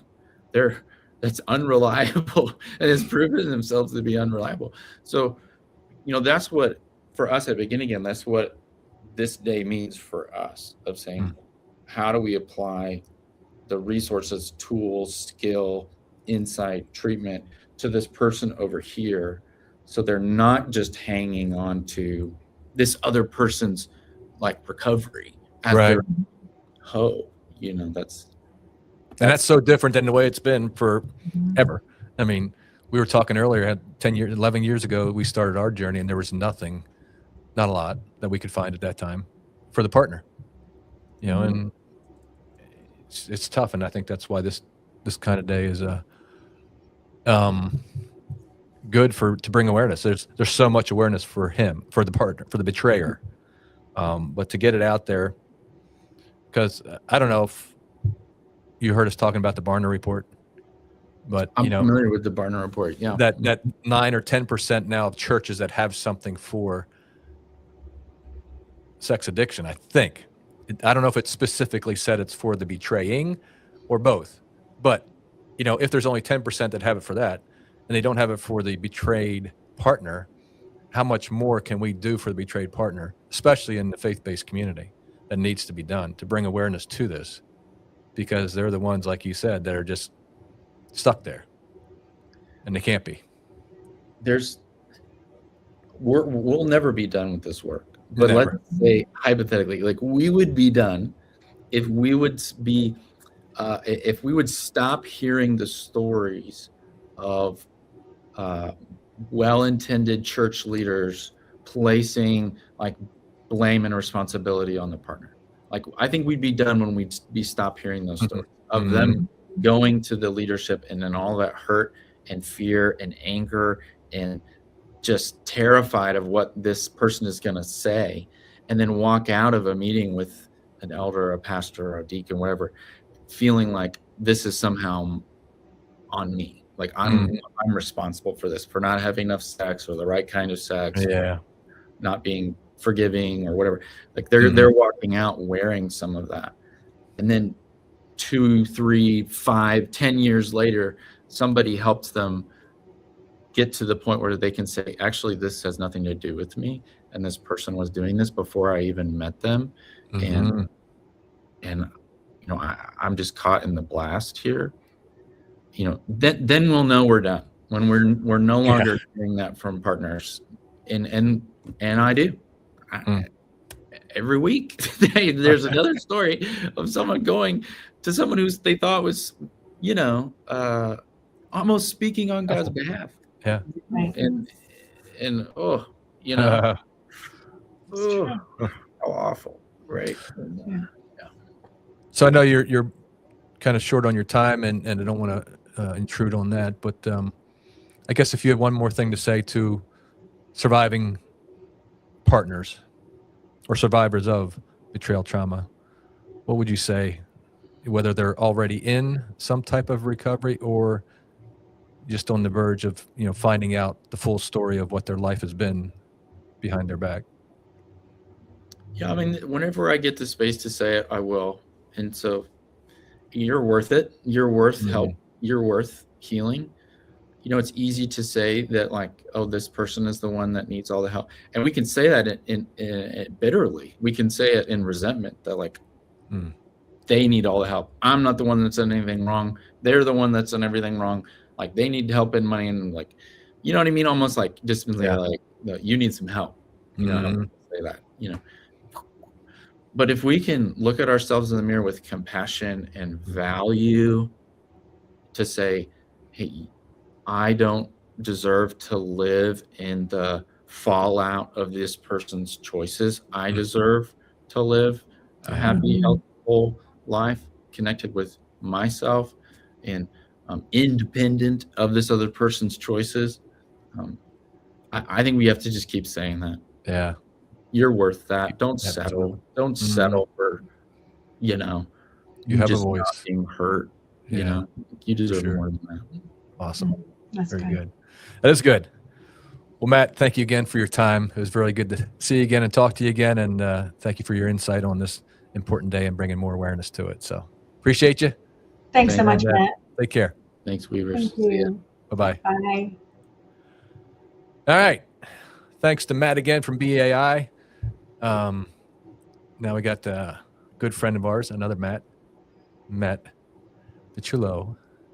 I never say that right, but we'll bring in Matt from Mountain Hope Counseling. There he is. I know you've been waiting patiently in the room. Oh no! How are you doing, man? Good to see you again. It's so been a great to while. see you guys. You I too. know it's fantastic to see you guys. You're two of my favorite people in this world. So it's great, and thank you so much for having me for this. Yeah. Good to see you. Yeah. So tell us a little bit about, I don't know, you know why we're here, Intimate Partner Betrayal Awareness Day. Tell us a little bit about what you feel this day means and the significance of it. If you're still there. Uh-oh. I think we lost him. I think we did. I don't know what happened to him. I'm not sure. Well, we'll see if Matt comes back. He was waiting patiently in the waiting room for so long, and then now he gets his chance, and he's stuck. We'll put him in the waiting room again. I get to talk to my wife some more.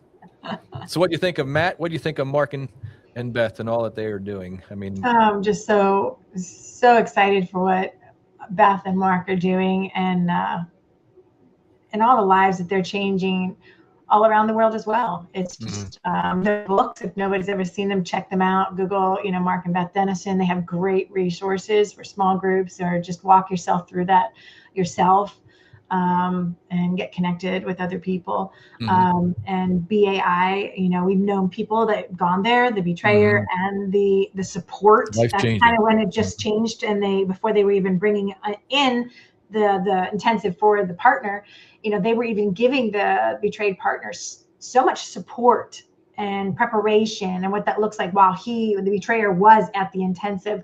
That was really great to see a lot of those women having the group and support and the guidance for preparation when he gets home and what that looks like. And now that they have the individual week for the women, that's awesome. They're doing such a great job. If anybody needs that, I highly recommend there. Yep. And Mark and Beth, their ministry is There's Still Hope. I think it's there'sstillhope.com. So reach out to them if you need help from them. Yeah, it's just a lot of good stuff. I mean, it's hopefully, and I know on the other side of this is Andrea Rogers, I think, is putting together a good live stream podcast as well. And trying to find it here while I'm talking, but I think it's Awareness Day. I think they're going to 8:00 tonight, if I recall right, with a lot of good different speakers in there too. Yeah, going from till 8:04 tonight, I believe. So lots of good things going on over there if you want to check that out on theirs as well. But still haven't seen Matt come back yet. But I think I want to go back to what Matt Wenger said. It's so important because, to know, for the partner to know his, we always talk about, because we know there's betrayed men partners out there, and there's a lot more resources. There was even less for them before, but now there's a lot more resources and geared towards men that are betrayed as well. It's just that, we're talking more about today about the men being the betrayer and the women being the betrayed, but that there is a life and there is hope. And that, I always love the phrase, thanks to Tracy Wright, when the first time I heard it, your children need one healthy parent. Yeah, so true. And that is something everyone should hold on to, because no matter what the betrayer is going to do or not going to do, you deserve to heal. Your children deserve you to heal. And they, it's critical to know your own worth and your value, and that God has a plan for you, no matter what your spouse is going to do or not do. And I love the way Matt said that. You say it a lot too. Yeah, he did say that really well. And you say a lot too about, use your voice. If he doesn't want to get healthy, your recovery doesn't depend on him getting healthy. You know, you still need to be able to do what you need to do. I mean, we hear that so often where the guys are just so stuck in their addiction. They keep living in their active addiction and don't want to come out. And they think she should get over it or you know, and it puts them in it's such a hard journey to a road to walk, you know, to no matter if you're young and you just have young kids, you know, we talk a lot too if how hard this would have been if we had kids at home going through this and what would the dynamic been? How would it have been differently if we weren't down here in Southern Maryland and home with, you know, around family? Would have the situation gone differently? I don't know, but the journey is just so different. It doesn't matter. It just your age, how long you've been married, you know, it all hurts. We all need help getting through this. Yeah. All right, let's bring Matt back. I think he's back.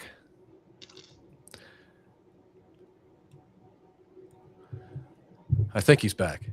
I don't know. He might not. I don't know. Maybe he is. Maybe he I isn't. see his name. I'm not sure. Is it snowing out there in Colorado or what? Sorry. Yeah. You there? The doesn't want me to talk to you guys today. It's I don't think it does. Yeah. Oh, not sure what happened. Thank you so much for the great patience here. So it's really Yeah. Try this again. Good to see you too. So what do you think of partner betrayal? See me? Intimate Partner Betrayal Awareness Day. You guys are frozen on my end. You're the one that's frozen. Matt, what about trying to turn, I don't know, can you turn your video off there? Sometimes that helps on a regular thing too, a regular Zoom, that we can at least hear his voice. Oh, hang on just a second. Yeah, hold on. Let me just try this here. See, that helps. Can you guys hear me? We can hear you. Yes.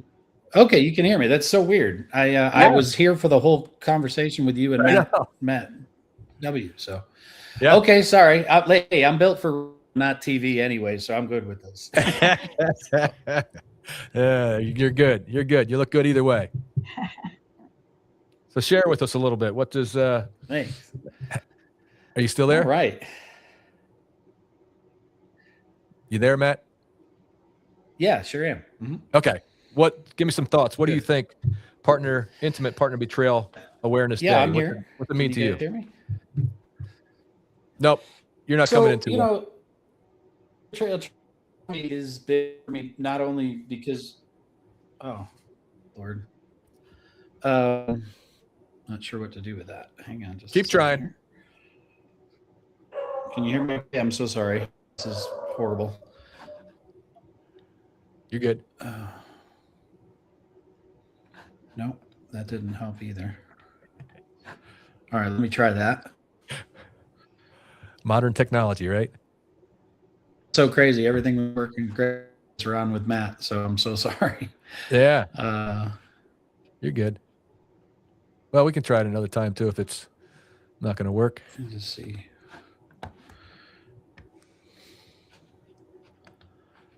You guys are frozen. Yeah. I have them there. We're going to, why don't we reloading. just. Tom's reloading. All right. We're going to pop you out, Matt. This is. All right. We had a pat. Matt wasn't working out too well. His internet wasn't cooperating too well.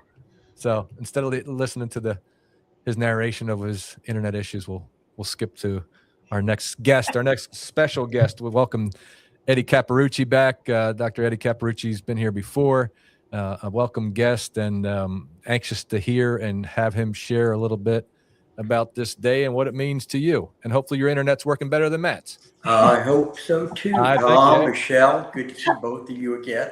Good to see you too. Yeah, good to see you. So yeah, share a little bit about it. What you think about Intimate Partner Betrayal Trauma Day and this Awareness Day and what it means to you. Kind of how has it impacted, your profession there and what you do, and just kind of your heartfelt feeling about this day. I'm not sure that it's impacted, myself or even my practice, but for me, that awareness 365 actually. Mm-hmm. We have to have that awareness to understand the pain, the depth of the pain that these people are going through, not just women, but men who have been betrayed also. And, a lot of times, and it's funny, it's interesting you brought up this question, because this morning I was talking to a client, and, he's been doing very well, but, he's kind of in the mindset again of, well, when she get over it? Mm-hmm. And again, in explaining to him, you know what? She's never going to get over it. She's going to learn how to manage it. She's going to learn how to manage herself. But, he said, he goes, but what does getting to the other side look like? I go, well, getting to the other side looks like, in my estimation, what I've seen from people is that, you know what? You're going to have many good days, but you know what? There's going to be a day to come where she's going to be hurting. Things, whether there's a trigger or she just starts getting different thoughts or feelings, a sense of sadness more than anything, usually what overcomes them. Michelle, you correct me if I'm wrong anywhere. And she may just share with you, yeah, it's a bad day. She may not share anything with you regarding that. But then she'll get through that. Hopefully she gets through it with you because you lean into her. And then we go back and we continue with good days, weeks, maybe a months, and then it's going to happen again. Yeah. And guess what? Welcome to the aftermath of betrayal trauma. Mm-hmm. So, I don't know, Michelle, I'd be interested to see if you think I'm actually correct with that. I think you're spot on. That's Okay. exactly right. Yeah. Mm-hmm. Yeah. And for him, when I told him that, he said, wow, that changes my whole perspective, because I thought, okay, when we get over this, that means we're done. Mm-hmm. We're never going to get mentioned again. She's never going to be bothered. I go, well, I'm telling you, I'm glad that you and I had this conversation, because that's really a very bad assumption for you to have, because that's going to lead you to feel very frustrated. It's going to lead you to feel your expectations are off. So I think it's important for us to always be laying out there to everyone, what is it that they should expect? Because I do believe, just like this client today, there are many couples out there, and maybe even the betrayed partner themselves, who are of the belief that, oh, one day it will all be a nightmare that has passed, and I will never give thought to it again. Can wash your hands of it, right? Right. And I wish it was. I wish there were pixie dust we could throw on them to help them to just forget about it. But it's not. That's not reality. Mm-hmm. So therefore, we need that awareness within them to make sure that they're grounded to understand what reality is. It's not a bad reality. As I also said to him, I go, you know what? Couples who aren't going through any of this, they have bad days too. Okay. Exactly. Yeah. They go through these periods of time where they collide. The key is this, and this is what I believe the key is: getting to the repair as quickly as possible. Mm-hmm. And when I say that means being very aware of where your betrayed partner is. We don't want to push her into repair, but what can I do to help repair this? Or maybe you need some faith first, and then we can start that repair. But it's repairing quickly, not letting it linger for a long period of time. Mm-hmm. Yeah, that's so true. That's so true. It's just, I think you said it spot on, is like Michelle said too, that we need more awareness, to be aware 365, because like we talk with some of the other people that came on prior to you, and we talk all the time, when we went through this 10, 11 years ago, there was not a lot of talk at all about it. There still isn't a lot of talk about it. That's why what you said is great, 365 awareness every day. But there's people like you that are out there that are generating the noise. There are people like me out there who are hopefully helping. It is tragic that many people, many couples, when this befalls on them, they don't know what to do. Yeah. Mm-hmm. They don't know what to do. There's like the panic, and many of them actually take steps that just make the situation worse. You know, at times, whether that is jumping into couples counseling or telling a bunch of people out there, or going and spending $10,000 on an intensive. You know, I mean, and I really wish that we put some sort of guide together. Yeah. For the people who've just discovery. Guess what? Here's your discovery manual. These are the things you should be absolutely doing. Here are some of the pitfalls that you need to look at, be aware of, and here are the expectations for what it looks like moving forward. Yeah, that's so true. That's what we need. Yeah. Everybody needs that. They definitely need it. But everybody's different, you know, and you know, just like you said, they don't know what to do when they get to that point. Like we didn't. And so many people that we talk to have gone to places that were not as helpful as they could have been. Professional hurt, you know. Yeah, we had a new couple that we started with a few months ago, and there's a group, and I'm not going to mention the group name, and they came in and spent a week in a hotel outside close to their house, and they came into their home every day for 5 days. Really? At $30,000. Oh, wow. And it was a disaster. Oh, no. It was a disaster. So Michelle, what are you going to accomplish in the first beginning when you're trying to take these two people and see if you can bring them together? And let's see if we can figure out how we can make it better. No, that's not. Yeah. Doesn't work that way. Doesn't work that way.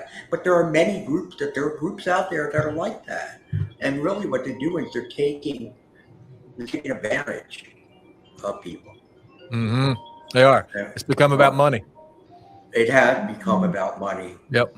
I'm glad you brought that up, Tom. I mean, I think, I think we need to continue to educate people about that. Not everything that's out there is good for you.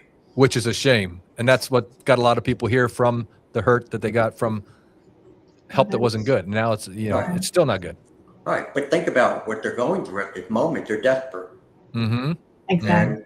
And when you're desperate, you do desperate things. I've known people who've taken loans out on their homes to go and do work. And, and it wasn't the time. It wasn't the right. I have nothing against intensives. I have nothing against anything like that. But there's a time and place for everything. Yeah. And as you said, Tom, not everybody's in the same place. Exactly. There's some guys at Discovery, they're not going to just all of a sudden say, oh, okay, fine, I'm trying to drop it all and I'm going to be focused on this. They're not. They relapse. In fact, sometimes never get sober in the first place. Yep. So what are we doing? We're sending them into an in-treatment program for 2 weeks, and we're dropping $20,000 on somebody who's going to come out and he's still not in the right mindset. Because we haven't decided yet what he wants in life. For all things, again, the idea of awareness is a major factor for people. So that's why I like the idea of Intimate Partner Betrayal Awareness Day. I think it's great. But again, as I said, I think we have to be extremely vigilant to watch out for not just the betrayed partner, but also the betrayer, to make sure they're getting the right type of care that they need.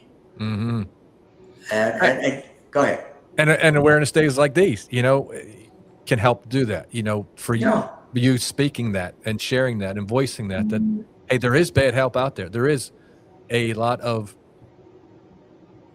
for-profits that are out there trying to, it's a lot of money. Some can cost you a lot of money. Some you can get reasonably priced, and there is good help out there. You just have to search for it or ask the right people. Do your research, as we always say. Do your research. Look into it. Get some referrals. Right. Yeah. There is a lot of great help. You guys are great help. There's many You know, I could sit here and run off the list of people who you've had on earlier today, the people who couldn't make it today that we're also looking to do. Lots of great people, lots of great organization. Right. But to your point, do your homework. Just don't dive in. Get referrals. Get people to you know, give you input and guidance on all of it. And they can call people like you and I. We can give them absolutely advice about it. You know? Absolutely. Yeah. You know, we take sometimes no offense. No, but I think sometimes people feel like, you know, oh, I can't reach out to him. Yeah. But no, I can't reach out to him. It's like, no, you can reach out to me. innerchildmodel@gmail.com. Reach out anytime, and I'll be more than happy to help. Absolutely. You know, yeah. Everybody thinks it's territorial. We were talking with Mark Denison earlier about the church and the sense that some churches can be territorial and don't want to send them somewhere else to get help. And, you know, it's like this too. We're not territorial. It's not either or, it's and both. Whatever it takes to get healing. The focus is healing. Yeah. You just touched upon a word that really just drives me crazy, territorial. I don't understand it. I don't understand it. I don't either. There are so many people out there who are hurting. There's not enough of us to be able to help them. And when you sit there and you hold on to your stuff like this, say, no, you can't see it. No, I won't share it with you. I'm like, are you kidding me? And that's why, you know, people, they sometimes say to me, you're crazy. People want to do a group on inner child, do groups of things, and you just give them the entire program. Yeah. Well, why don't you get money from it? Because that's not why I got into this. I got into this because this is a call from God to do this. You know what? I'm not destitute over here. Okay, I'm making money. All right, but that's not the first thing. The first thing is about helping those in need. So therefore, we have the online program that we do. And I had a woman last week. She said, "Oh, I'd love to do that, but we really can't afford it. You know, maybe next year." And I just put her in the system and said, "Here you go. You're in." You know, what the hurt of that? Right. So could I share a story with you? Yeah, go ahead. One of our peers, and I know this isn't why you called me on, but that's all right, man. It don't matter. One of our peers, this is years ago, when I was writing the book, Going Deeper, I reached out to him and said, "Hey, would you mind reading this and then giving me an endorsement if you feel that it's worth it?" He goes, "Oh, absolutely, but that would be $500. like what? He goes, "Yeah." He goes, any endorsement I do, I charge $500. I'm like, "Well, I don't pay for endorsements. I want you to endorse it because you believe it has value and it brings you." But that goes to show you what we're dealing with. That's one of our peers that we have, and it's just like it's sad. It is sad. That's what it is. It's sad. It is sad. And that's why we got into this in the first place, was to help people, you know, through the church, you know, and now we're working for the church. Yes, there is something to be said for having a vested interest in it, you know, to value your time and stuff. But, you know, that's the ultimate goal is healing, you know, bringing people back, restoring marriages, restoring relationships, restoring your own, families. Right. Yes, family. We often ignore that too. Ignore what the kids are going through. Yeah. And, you know, the thing is that sometimes parents, when they're dealing with their issues, aren't always very discreet in keeping it from their kids. Right. And so now they're listening to all of this chaos and turmoil, you know, day after day, night after night, and the amount of stress that it creates within them, that then you see them later on turn into destructive behaviors. Right. Just to try and to the cycle continues. The cycle continues. Yeah, even when you think you're trying everything to hide the chaos, the kids feel it. They're like little sponges. I don't care what age they are. They're watching. They're always watching. We always are. You're watching other people. Yeah, you're watching each other, the family you love. And so they're picking up on things that you don't know they're picking up on. Right. And even if you're trying to contain it, when things start to get emotional, it's hard to keep it contained. Yeah. Exactly. you know, and it is it's sad. I mean, we've had many stories that we've seen where the kids, we followed the family for 4 or 5 years, and kids were maybe 11, 12, and now you see them, you know, 14, 15, 16, and now they're acting out. You know, whether it's smoking, whether it's being rebellious, whether it's drinking, whether it's drugs. I mean, there's just so many things. They're screaming at their own parents. You know, they're showing no respect. They're feeling like you abandoned them. And so therefore we have more pain that's going on. Yeah, it's true. Yeah, this is it's a tough business that we're in here. Oh, What happened? We lost. I don't know where he's at, but I'm here. But okay, yeah, I'm glad you're right. It's a tough. It is very tough. It really is. But you know, at least we can be a part of the solution. That's right. That's exactly what it is. One person at a time. Oh, let me tell you, whenever I open up my email and there's a note there from somebody I worked with years ago or whatever, and it's like, just want to tell you how things are wonderful. I just got one a week and a half ago. They had a picture taken at a wedding that they were at. And he goes, I never thought I'd be at a wedding with her where we would be dancing, laughing, doing all of this again. And I always take those, and I run to my wife with those to say, this is why we do this.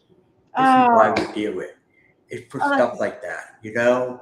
When people sit there and say, you are God sent, you saved our marriage, I say, no, I did not. He saved your marriage. I'm just a vessel.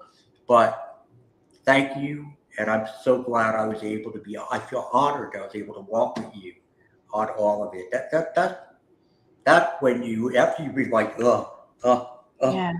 and then all of a sudden you get one of those and it's just like, whoa, okay, I'm good for another 3 months. Wow, isn't that God though telling you that? Because sometimes it's so hard because you feel so much pain, and it's such a gift when you can, you know, hear that, see that, and feel that, and like, oh, thank you, God, and thank you so much for sharing your story and how it's changed. That is such a gift.